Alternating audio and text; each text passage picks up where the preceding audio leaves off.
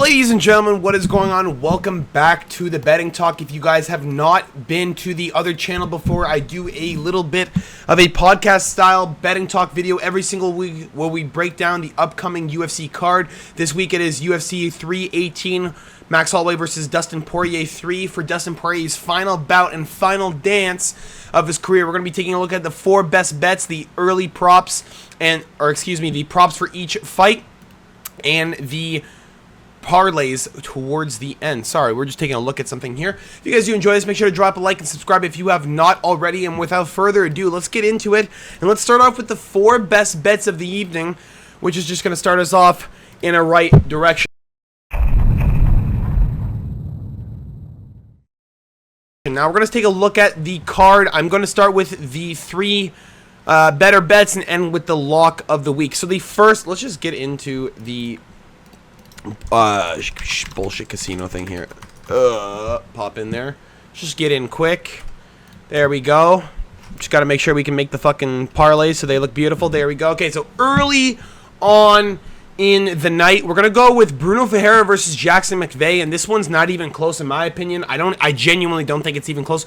Bruno Ferreira to win under 1.5 rounds. That's sitting at minus 188. If you want to be a little bit more, I guess, on par with it, you can go Bruno Ferreira to win via knockout, sitting at a minus 138. It just seems like at this point in his career, Bruno Ferreira is very, very aware of what he needs to do in order to win fights. And when he's fighting a guy like Jackson McVeigh, who only has 6 fights on his record, and all of them ending in the first round, I'm gonna go with the side of the fact that, you know, Bruno Ferreira is just more skilled. He's had better fights. Jackson McVeigh got armbarred by Wes Schultz inside of his amateur career, and you know, Wes Schultz being the guy who lost to Mansour Abdul Malik inside of the Contender Series in round 2 after just getting his ass whooped for, you know, 2 solid rounds. I'm gonna go hang with the side of Bruno Ferreira. I haven't seen Jackson McVeigh out of a first round. I don't think we'll see him out of a first round at this point, and even if he does get the win over Bruno Ferreira, the price tag on him is just kind of. You're not seeing this go to distance, and plus 400 for a guy who's going to be fighting Bruno Ferreira.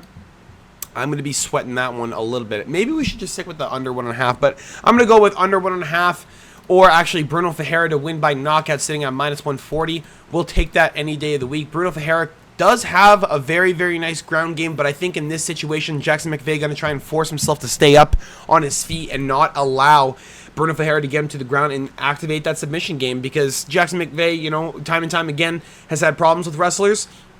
Bruno Ferreira isn't exactly a wrestler. He does have it, though, and that gives me a little bit of worry, but I'm going to go ahead and hang with the side of Bruno Ferreira to get it done via knockout and inside distance. So we're going to go on next on the prelims.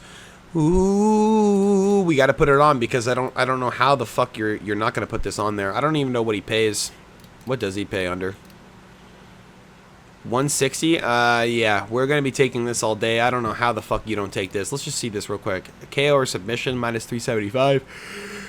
Yikes. Very big yikes. Yeah, Future has lost time and time again in early fights. We're going to go with... Yeah, we're going to go with Islam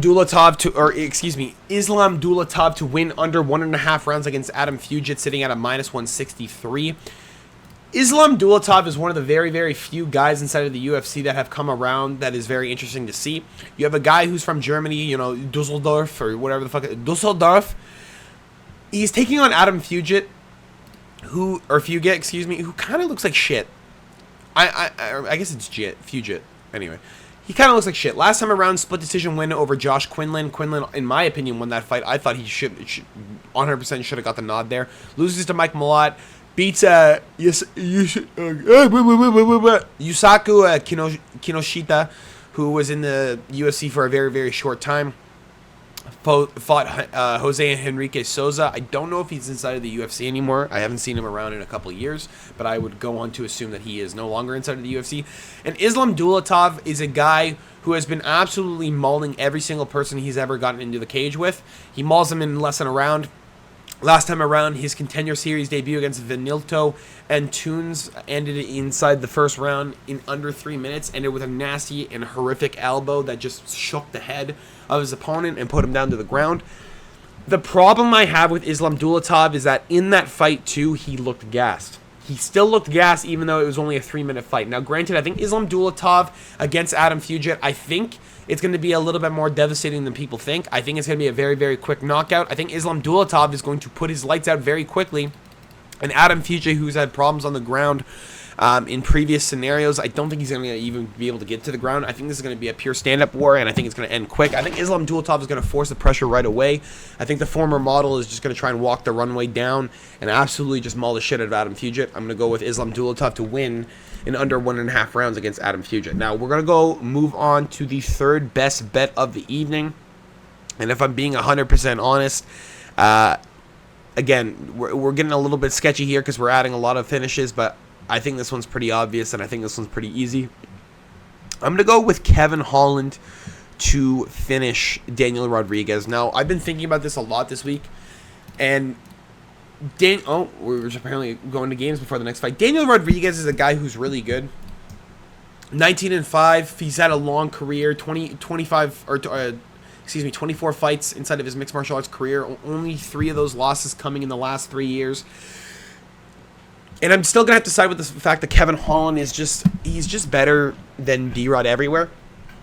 D-Rod got knocked out by Ian Machado Gary with head strikes. Kevin Holland's longer than Ian Machado Gary. He's just got, a little bit more whip inside of him than Ian Machado Gary has. Neil Magny was able to get a Darce choke on D-Rod, and that right there is a red flag for me. A Darce choke is a very, very bad thing to see someone get choked out by, especially when you're fighting the guy who has the longest arms in the division in Kevin Holland. I'm going to go with the fact that Kevin Holland, I think here, is going to get a Darce choke.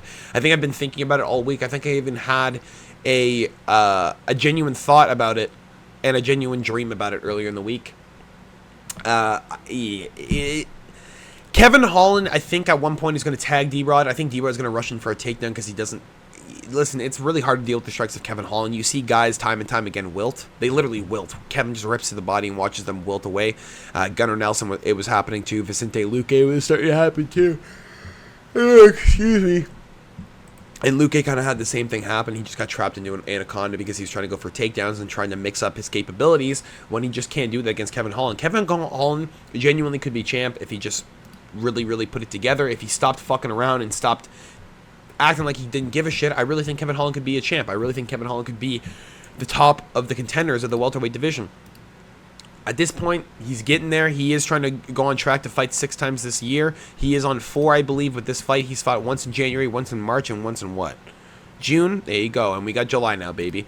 Daniel Rodriguez, I think, is going out. I think he's going to go out in round 2. I think the Darce choke is open. I think the 1-2, to be completely honest, from Kevin Holland is enough to put him down. Genuinely. 1-2.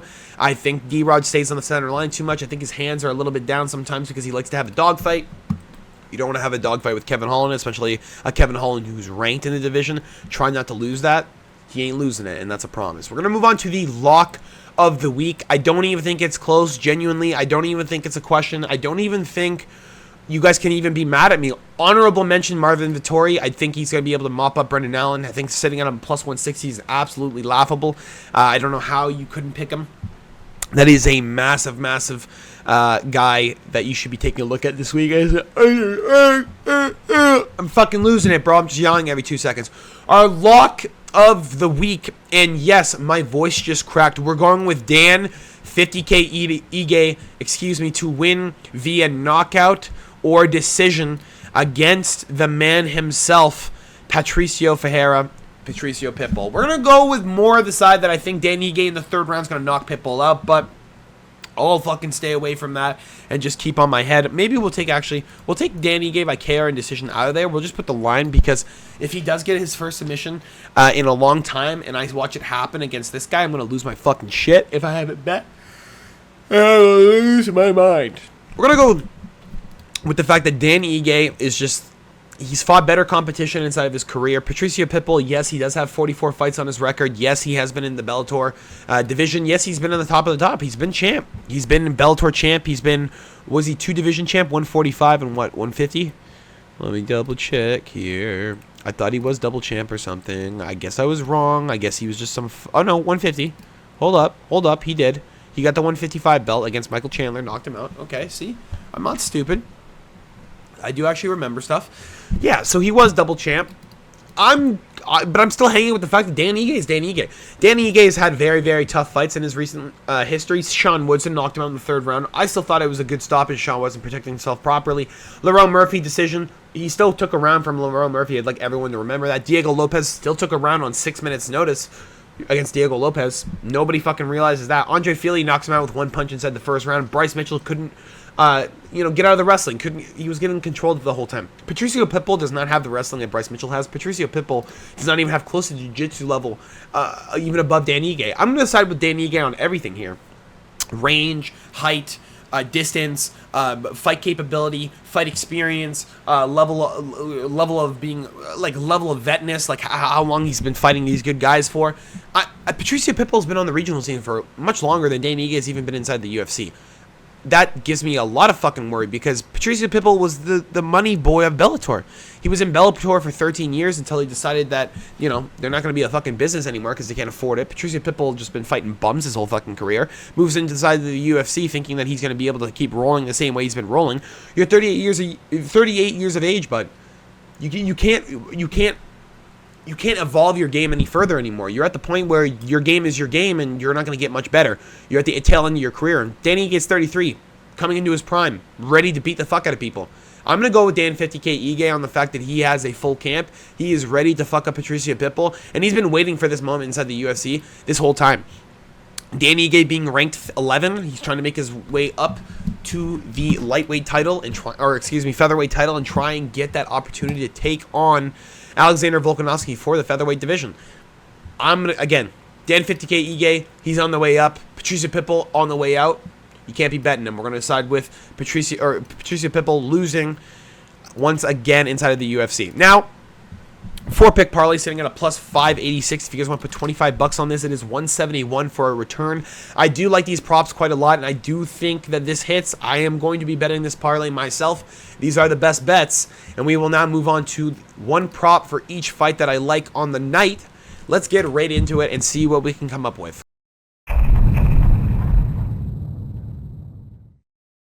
Carly Judice versus Nicole Cagliari. We're going to go with Carly Judice. Last time around, knocking out Eunice Dubin with a head kick. We're going to go over 1.5 rounds.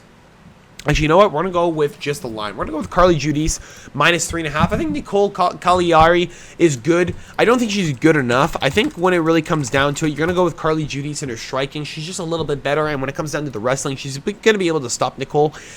I would probably rather just like the over 2.5 in this fight. I'm not really sure where we sit with Carly. Let me just double check this. Because Carly Judice has all finishes, right? Yes. A couple head kicks, too.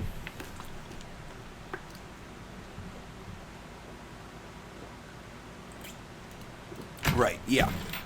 We're going to go with... Fuck, honestly, I want to skip this fight. You know what, guys? We're going to skip the first fight of the night.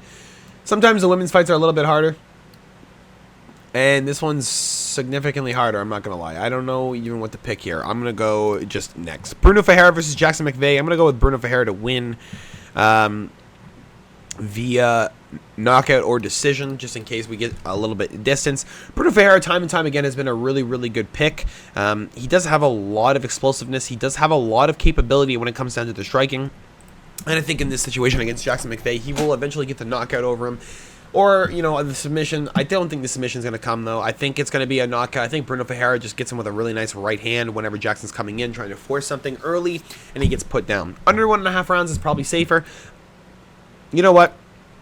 I'm going to go under 1.5 rounds because it is safer. Ryan Spann versus Lucas Bredesky. We're going to go with Ryan Spann to win by knockout. You know what? Hold on. Yeah, we're going to go Ryan Spann by finish. If Ryan Spann does not win this fight and he doesn't win by a finish, this is probably the biggest joke I've ever seen inside the UFC. Ryan Spann, Superman, time and time again has had some tough fights on his record. He's been trying to, find himself at heavyweight, and I think against Lucas Bredesky, he should be able to find himself. He's only 10 pounds over Lucas, but Lucas is kind of low-key shit. Always been lighter in the weight at heavyweight and kind of been on the tail end of the division for a long time. If Ryan Spann cannot win a fight over Lucas Bredesky, he deserves to get cut, and he deserves to not even see the UFC, even the fucking octagon again. We're going to go with Ryan Spann to win by finish. He needs this win bad. Jimmy Crute versus Marcin Prachnio. We're going to go with Jimmy Crute to win. Marcin Prachnio did have a really good time last time around against Modestas Bukauskas before he got choked out. Crazy-ass head kick from like 2 inches away.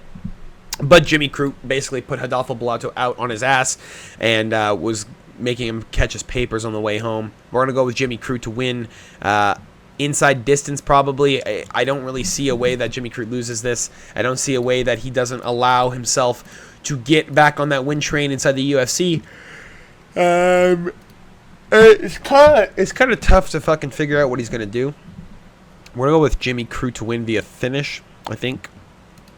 Right? Because Marcin Prachnio usually loses by finish, if I'm not mistaken. Yeah, he's only had 1 loss inside of his career, or 2 losses in his career by decision. 1 to Felipe Lins, who's absolutely fucking god-awful, and 1 to Ivica Tadžijanova, or Janov, whatever.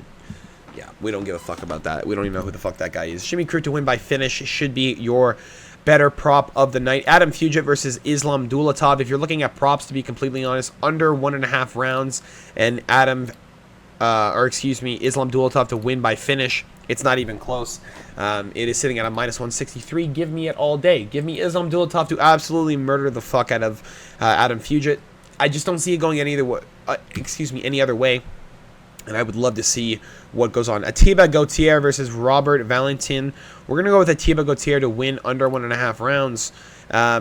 Yeah, once again, this is one of those things where this guy has just got so much ridiculous power. Even Jose Medina couldn't stand with him. And Robert Valentin's a guy who's been knocked out by Ryan Loder with the ground and pound. Ryan Loder has very, very weak ground and pound, in my opinion, when it comes down to it. He's just more of a wrestler and likes to pitter-pat until he gets you giving up. And Atiba Gauthier, not a guy you want to fuck with, not a guy you want to be in front of. And I think he's going to learn that lesson very quickly. Give me Atiba Gauthier to win under 1.5 rounds and absolutely get mauled. Or, excuse me, for a Robert to get absolutely mauled. Now, next on the prelims. Is this still prelims? I think this is still prelims. Let me double check this. I'm pretty sure this is almost a highlighted prelim. Yeah, we're 2 away right now. Francisco Prado versus Nikolay Veretennikov.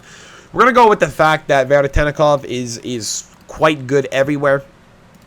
He is a decent underdog to have, to be completely honest. Really, really good punching skills. Really crazy when it comes down to the striking. Francisco Prado only beating Otman Azatar is kind of a red flag for me, and only knocking him out. Both these guys are good strikers. Both these guys know that their UFC career really rely on this. I'm going to go with Nikolay Veretennikov to win plus 3.5. That means you can buy a round for Veretennikov. I think if we're going to go distance with this fight, realistically, this will be a 29-28 fight. These guys are both really, really sophisticated strikers. These guys are both really, really good in the stand-up. And I don't think we're going to be going to the ground whatsoever. I think this is going to be more of a test in cardio, and I think whoever gets to the later stages of the fight with more energy is going to end up winning this fight, because the first 2 rounds are going to be really, really close. I think it's going to go 1-1 in the 3rd round, decides it all. Francisco Prado has had a tough time with guys who are a little bit quicker than him. He doesn't stay on the line that well. He doesn't move his head that well, and it gives Prado some problems because he gets tagged a lot. I'm going to go with the fact that Nikolay Veretennikov can tag guys really well, and when Prado leaves himself in the center line, I'm worried that Nikolay is going to tag him and hurt him bad or break his nose. If he breaks his nose, I'm not seeing Prado making the distance, and I'm not seeing him for very long. Give me Nikolay Veretennikov to win plus 3.5. I'll take that round any day of the week. Now, Marvin Vettori versus Brendan Allen plus 3.5. Marvin Vettori is the easiest thing I've bet all week. I'm not even going to think about it. Brendan Allen, time and time again, has had close fights. Close fights. That Chris Curtis fight, bullshit. I thought he lost that fight. He ripped fucking his hamstring last second. That's the only reason why Allen won that fight. And Chris Curtis is not even that good right now. He's just not. He's a selective shooter. Doesn't even throw that much volume anymore. Just kind of tries to dodge everything and then throw the perfect punch. Marvin Vettori this weekend, a perfect underdog. Weighs through the fire like nobody else. Takes damage like nobody else. Takes on any opponent like nobody else. Is willing to just do whatever it takes to win. Moves forward, doesn't move his head very well, eats punishment with his head, but again, still eats it. I'm going to go with the fact that Marvin Vettori probably early is going to win the first round and then going to end up losing the next 2, but, you know, no chance that Brendan Allen submits him or finishes him. Marvin Vettori is an iron chin and a stone-cold fucking fighter. No chance he taps, no chance he goes out. We're going to go with Marvin Vettori plus 3.5. and steal a round off. I think he steals a round from Brendan Allen. I think, honestly, Vettori wins. Kyler Phillips versus Vinicius Oliveira. This is one of the toughest fights I've had to pick all week. And I'm going to go probably with over 2.5 rounds. I don't think Kyler Phillips has been finished in his career yet. And I don't know if we're going to start here with Vinicius Oliveira. Vinicius Oliveira has been doing quite well. Did have a bit of a tough fight against Said Nurmagomedov. Did lose a round, I thought, to Ricky Simon. We're going to side with the fact that Vinicius Oliveira is a little bit long, especially for the division. He's got some fucking reach on him. He is 5'9". He is lacking 1.5 inches on Kyler Phillips, but the way he uses his reach is phenomenal. Kyler Phillips is a very, very good mix-up artist. He likes to use the takedowns to set up his other stuff and then just kind of rip you to the body and fuck you up. Vinicius Oliveira, though, learned very, very quickly in his fight with Ricky Simon and Said Nurmagomedov. You cannot be on your back inside the UFC. You have to move. You have to try and at least make a little bit of an effort. You have to try and move just a little bit. You have to try and give them something to think about. You can't just be sitting there and let them fucking just absolutely roll over top of you. And I think Vinicius Oliveira knows that. I think he's very, very well aware. And I think realistically, we can pick Vinicius Oliveira to win over 2.5 rounds. But because we're playing it safe and because we're going to pick one of the best bets from every single fight of the night, we're going to go over 2.5 rounds for this fight. I think Kyler Phillips and Vinicius Oliveira make it to the distance. I think these guys respect each other enough. And I think Kyler Phillips in the grappling is really good. He's going to be trying slowing down Vinicius Oliveira and slowing down that explosivity. I would probably rather pick Vinicius Oliveira on the line, to be completely honest, but I'm not 100% confident in his ability to fend off everything that Kyler Phillips has to offer. Phillips is one of those guys that really is relentless in it, and he's going to just kind of force everything on Oliveira. I'm going to go with over 2.5 rounds to be a little bit safer with my bet, and a little bit safer for you guys. Michael Johnson versus Daniel Zellhuber. This fight is not going distance. That's probably my best bet.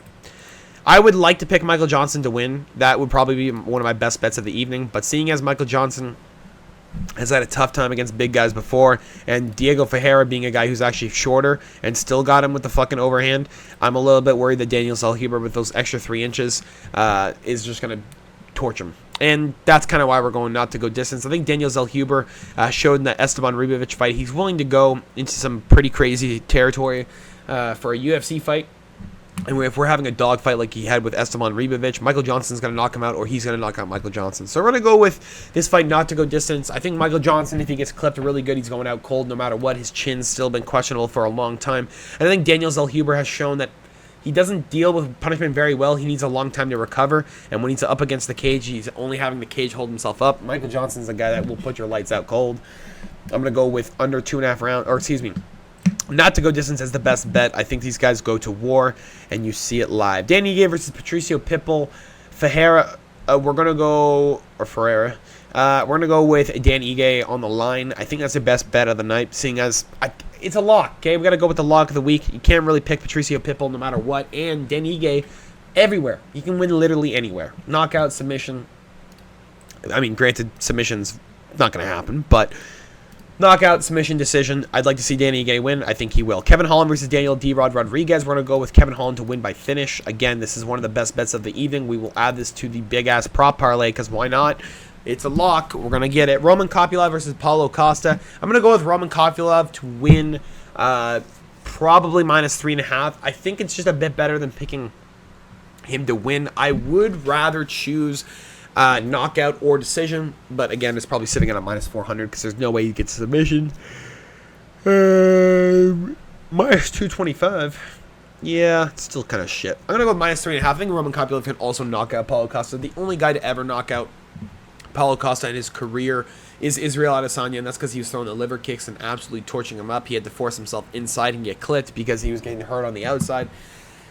That's going to be a problem with Roman Kopylov. Kopylov throws some really nasty kicks. He has really, really high level power in it, and his kicks are absolutely beautiful. Give me Roman Kopylov to win, minus 3.5, beat up Paulo Costa and get him off the fucking UFC roster. Next, for the final prop of the evening, and to get you guys into the parlay section so that we can get the fuck out of here, we have Max Blessed Holloway against Dustin the Diamond Poirier. Poirier making his final trek into the UFC octagon in Louisiana, in his hometown. He's really trying to make himself go out on a bang, and I think he is going to go out on a bang. We're going to go with Dustin. We're going to go with Dustin Poirier plus 5.5. I was going to pick Dustin. I think Dustin Poirier as an underdog this week is absolutely fucking disrespectful. I think Dustin Poirier wins with flying colors, and it's not even close. Again, he has 2 wins over this guy, going on with a lot of confidence, almost beating the champ as well, 2-2 going to that 5th round. You know what it is.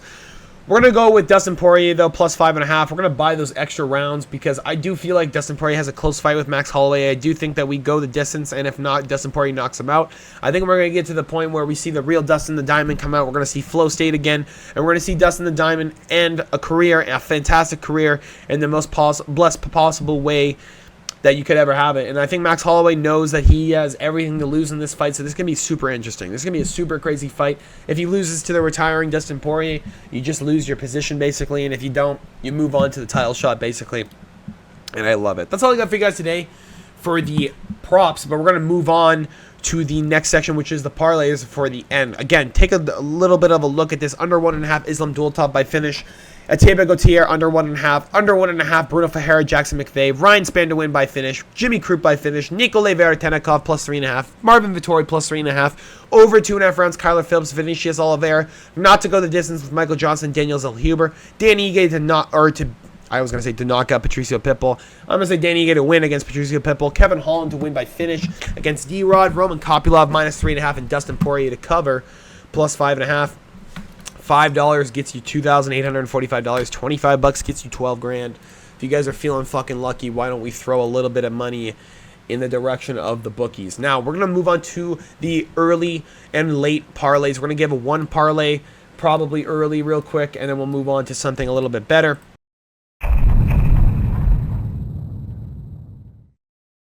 We're going to go Bruno Ferreira to win under 1.5 rounds. We're going to go Jimmy Crute to win by finish. And that gives you already a plus 176. I like that a lot. If you want to add one more to it because you're an absolute degenerate fuck, you can go under 1.5 rounds. Islam Dulatov plus 350 isn't looking too bad. Now, we have a little bit of an underdog parlay. You can go Nikolay Veretennikov. You can go Jimmy Crute. You can go Ryan Spann. You can go Bruno Ferreira. And that gives you a plus 400 parlay. With some boost. $25 pays you 132. You are stressing a little bit with Nikolay Veretennikov, but I think Francisco Prado has shown time and time again that he has a little bit of a slowness in the cage. I think we can take advantage of that. Now you have Marvin Vettori plus 3.5, Veretennikov plus 3.5. You have Ryan Spann to win, Bruno Ferreira to win via. All right, let's do this via finish under 1.5 rounds. That's plus 500. That's not that bad. Ryan Spann, Nikolay Veretennikov plus 3.5, Marvin Vettori plus 3.5, Bruno Ferreira to win by finish under 1.5 rounds plus 500. $25 gets you 150. I don't mind it. I genuinely don't. If you want to just play the spreads, you don't give a fuck about Bruno. Like, you don't care about these. Honestly, the spreads are shit anyway. We go Bruno Ferreira, Ryan Spann, Jimmy Crute, Gautier. Oh my god, look at these odds, bro. 5-pick parlay is a plus 200. I mean, if you really want to go for a 5-pick parlay, this is probably your best 5-pick parlay of the night. It's literally 5 favorites and gives you plus, 3-to-1 money. Put Vinicius Oliveira on there. Excuse me, Danny Ige, Vinicius Oliveira. You go Kevin Holland. Ooh, 8-pick parlay, plus 700. That's absolutely fucking terrible. Let's get you guys a little bit of a, you know what? We're going to get you guys a little bit better of a fucking, these parlays are disgusting. We're going to get you a really, really good parlay in here. And so you guys can just put Kevin Holland in the end here. Marvin Vettori plus 3.5. We're going to go over 2.5 rounds. Kyler Phillips, Vinicius Oliveira.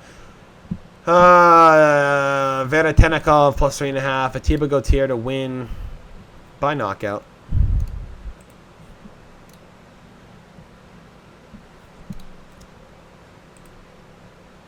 And we're going to go Jimmy Crute. We're going to go Bruno Ferreira. Bruno Ferreira under 1.5 rounds. Now look at this, guys. 7-pick parlay. I know it's a little bit much, right? A little bit much. 3, 4, 5, 6, 7. Bruno Ferreira under 1.5 rounds. Not bad. Kevin Holland by finish. Pretty good. Marvin Vettori over 2.5 rounds for Kyler Phillips and Vinicius Oliveira.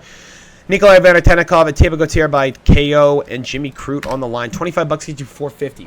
That really isn't that bad. But you're getting into some like crazy territory. You know what I mean? You're getting these big ass parlays. Who the fuck wants to make these big parlays? It's just tough. You know what I mean? Like you're getting into these positions where like you don't want to be betting that many legs. So I guess we can give you one more. Kevin Holland by finish. Under 1.5 rounds for Dulatov. That's sitting at plus 170 now. And then you want to add one more to it because you're an absolute fucking psychopath. Under 1.5 rounds, Bruno Ferreira. That's actually really terrible. Let's not do that. We're going to go Marvin Vettori plus 3.5. There you go. I like that a lot. 3-pick parlay. It doesn't get much better than that. If you guys really, really want to pick something crazy, I'm going to show you a crazy parlay. Okay, this is going to be my parlay. Daniel by finish. Roman Kopylov to win. This is going to be the first thing I bet. Philip missed me with that. Missed me with that. We're going to go under 2.5 rounds. A Thibaut Gauthier.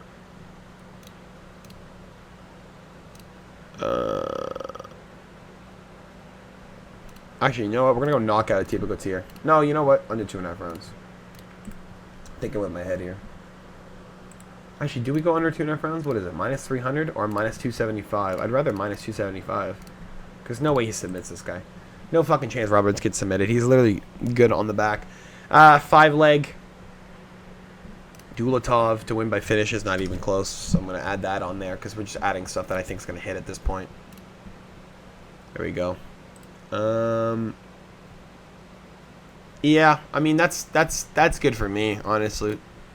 It's good enough. Plus 1,000. Roman Kopylov, Kevin Holland by finish, Danny Game, Marvin Vettori plus 3.5, Thibaut Gauthier by knockout, Islam Dulatov by finish, Bruno Ferreira by finish. $25 gets you 300. That is my best bet of the week. That is my best parlay of the week.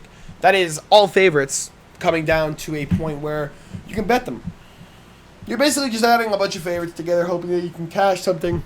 That's what this week is, and that is what it's going to be. Hopefully you guys enjoy this. Make sure you drop a like and subscribe if you have not already. This has been the Betting Talk episode 29, if I'm not mistaken, possibly episode 30. I do believe this is episode 29, though. This has been UFC 318 and the full recap and breakdown for the card and for the best bets. Hopefully you guys did enjoy this. I will see you guys all for the live tomorrow, starting at 6 p.m. Eastern Standard Time. This has been an absolute fucking blast to do. I'm really glad I get to do this and just hang out. Even though we don't have a lot of viewers, we don't have a lot of people hanging out, I still get to do this by myself. And for the people who do watch, I appreciate you guys a lot. You guys have always been able to at least uplift me in somehow. And just doing this for whether it's fucking one person, 3 people, 4 people, I'm still doing it for someone. It still makes me happy. Hope you guys enjoy. I'll talk to you guys all later. Talk to you all later. Peace.